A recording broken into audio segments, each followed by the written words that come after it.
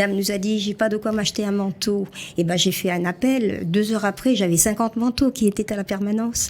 Et heureusement qu'il y a un grand élan de solidarité. Mais quand on demande de l'argent, c'est toujours un peu difficile. Je sais que les gens sont très sollicités. Mais on ne peut pas faire autrement que de demander de faire un effort parce que vraiment, l'intégralité de l'argent part pour les nécessiteux. Nicole Jamy, bonjour. Bonjour. Alors vous êtes là parce que vous faites partie d'une association qui s'occupe des familles nécessiteuses et qui s'appelle Ezraël. Ça existe depuis combien de temps ? Depuis à peu près 2 ans. Alors, Ezraël veut dire l'aide de Dieu. D'accord. Donc, alors, ça veut tout dire. Ça veut tout dire. Je sais que vous aidez environ 80 familles sur Natania. Oui. À quoi vous êtes confrontés avec ces familles ? Quelles sont leurs difficultés ? Eh bien, écoutez, notre rôle consiste à venir en aide, donc aux LIM francophones. Oui, c'est pour bien sûr. En réglant leurs factures quand elles sont impayées, quand il y a des retards de loyer. Nous distribuons des bons d'achat quand on se rend compte que le frigo est vide, malheureusement. On organise des après-midi récréatifs pour Hanouka, pour Purim. Ça, c'est ce qui vous permet de financer ce voilà. genre de... Voilà, nous faisons pas mal d'événements, des soirées dansantes, des loto-bingo, des soirées théâtre, de ciné-club, des tioulim. C'est grâce à ces activités qui sont payantes pour vos membres qui fait que vous pouvez justement aider les gens qui sont dans la précarité. Voilà. Est-ce que vous... Alors, 80 familles, ça paraît beaucoup. J'imagine que si vous aviez accès à ce fonds d'urgence qui va être constitué par Qualita le 8 mars prochain, vous pourriez aider plus de familles. Vous avez des demandes qui ne sont pas honorées ? Ah oui, tout à fait. Nous avons de plus en plus de demandes et malgré les dons que l'on nous envoie, malgré les actions ponctuelles du consulat de France, tout ça, c'est pas suffisant. C'est pas suffisant vu le nombre de demandes que nous avons.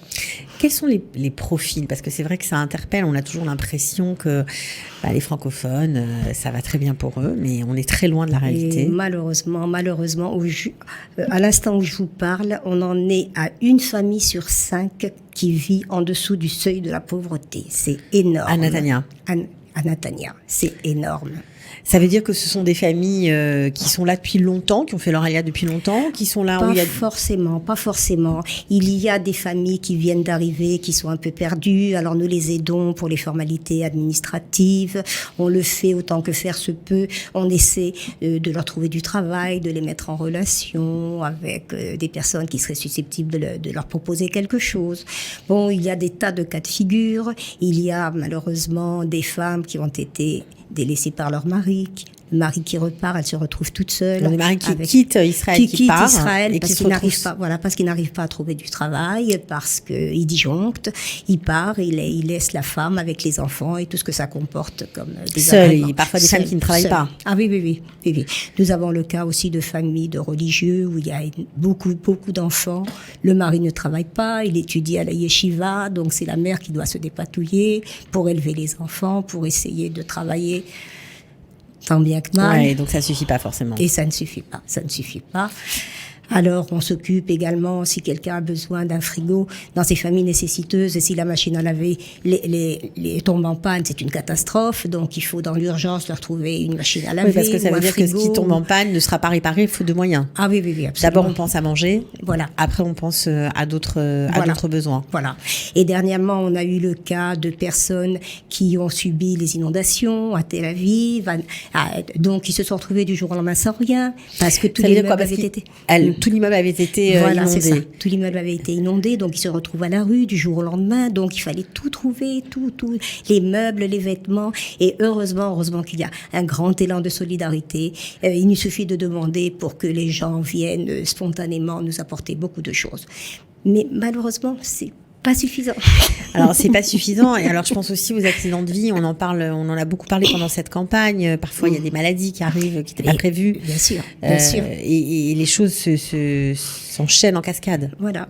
Ça veut dire que un papa qui peut plus travailler avant que le Bitoire lui prenne le relais, etc. C'est ça. Donc c'est la spirale. La maman se trouve aspirée par les dettes, par tout ce qui lui incombe, et c'est souvent des situations catastrophiques. Les gens qui nous écoutent à l'étranger ne comprennent pas toujours pourquoi ça va si vite ici.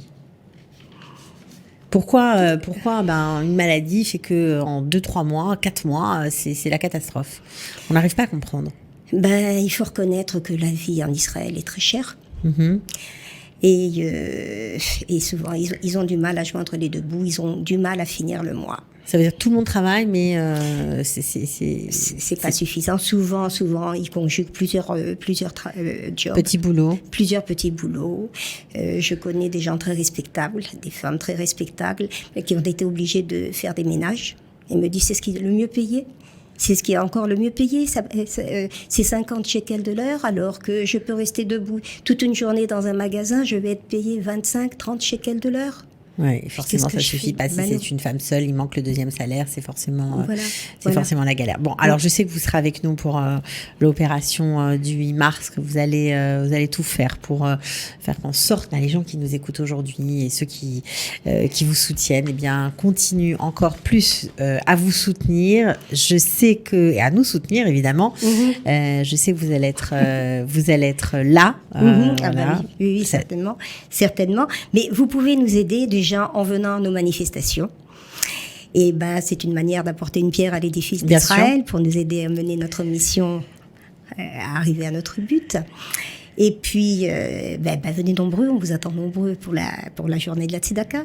Voilà. Est-ce que vous allez faire, je sais pas moi, un centre d'appel au sein de votre association? Déjà, nous sommes, Israël est composé de 22 bénévoles. Ouais. Et je peux vous dire qu'elle travaille d'arrache-pied pour mener à bien nos actions. Ouais. Voilà. Et puis, nous sommes toutes chapeautées par notre président, Raphaël Amar, qui fait un travail exceptionnel, qui ne mesure pas ses efforts lorsqu'il s'agit d'apporter un peu de bonheur à ceux qui en ont besoin. Il en est souvent de ses deniers personnels. Ouais, dès qu'il voit une situation. C'est ça. C'est exactement le but du fonds d'urgence. C'est que c'est vrai que les donateurs et les gens qui donnent, ils sont hyper sollicités. Ils le font. Et parfois, parfois pour aller vite, on donne de sa poche quand on dirige une association. Absolument. J'imagine que c'est ce qui se passe pour lui. Absolument. Mais avoir un fonds d'urgence, ça permettra de faire les choses peut-être de façon plus organisée et de pouvoir aider rapidement et efficacement les familles qui ont besoin. Ça nous apporterait une bouffée d'oxygène. Ouais, ça ferait du bien. Oui. Et je voulais parler également de la responsable de la commission loisirs et culturels qui s'appelle Lisa Boulafia et qui fait aussi un travail remarquable. Je pourrais parler aussi d'Annie Bellassène. Elle fait un travail extraordinaire. Alors Annie, elle fait un travail fabuleux parce que c'est elle qui enquête, parce que vous ne donnez pas de l'argent n'importe comment. Non.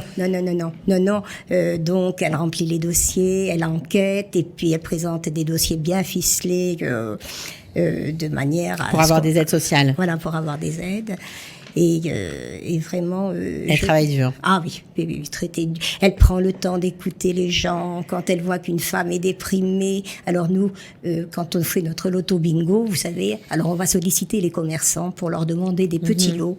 Donc la coiffeuse va me donner un bon pour un brushing, un autre pour une manucure. Et donc Annie Bellassène, quand elle voit qu'une femme est déprimée, elle dit, allez ma petite, va chez le coiffeur, va te faire coiffer, va te faire les ongles. Mais c'est ça qui est beau chez vous, parce qu'on se rend compte que tout est lié, que c'est vrai que lorsqu'on est dans une situation compliquée ou parce que il y a plus d'argent à la maison ou pas assez, c'est vrai que les choses sont en cascade et on fait pas attention à soi et on est encore plus déprimé et on n'a pas de force pour se battre et pour affronter c'est le vrai quotidien. Que c'est des petites choses, mais enfin qui peuvent remonter le moral des mamans un peu déprimées, etc. Ouais, et puis, puis surtout toute l'aide que vous apportez. Je sais que vous payez des factures impayées, vous distribuez des bons d'achat aussi pour le supermarché. Oui, chez Rami Lévy, pour ne pas le nommer. Qu'est-ce que nous faisons? On fait des tas de choses. Les cartables. Les cartables, oui, on a fait à la rentrée des classes, donc on a fait l'opération cartable, on a distribué des centaines de cartables.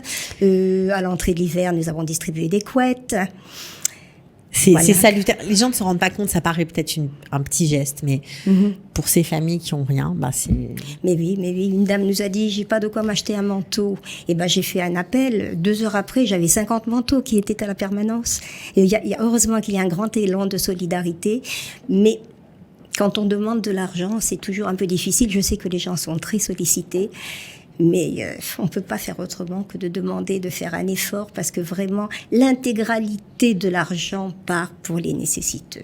Hein. On ne prend pas de fonds de roulement, on ne prend pas de frais de fonctionnement, tout ça. Chacune met la main à la poche. Par exemple, quand nous faisons nos soirées cinéma, alors c'est précédé par un petit buffet. Le temps que tout le monde soit là. Que vous préparez. Voilà. Avant, on faisait appel à un traiteur. On s'est dit non, allez, ce qu'on donne au traiteur, il vaut mieux qu'on le donne aux familles. Alors j'ai demandé à chacune des bénévoles, allez, toi tu fais ça, toi tu fais ça. Donc on fait des magnifiques buffets et je pense que les gens viennent plus pour le buffet que pour le cinéma. En même temps, ça aide les autres. C'est tout à votre honneur. Bon, en tout cas, ma chère Nicole Jamy, bravo pour votre implication. J'espère que vous allez faire sauter les compteurs. J'espère aussi pour toutes ces familles qui en ont besoin. Voilà, c'est souvent une aide qui permet de ne pas dégringoler. Voilà, c'est tout. Voilà. Bon, alors sachez qu'il compte sur nous, alors je compte sur vous. Merci beaucoup, Nicole.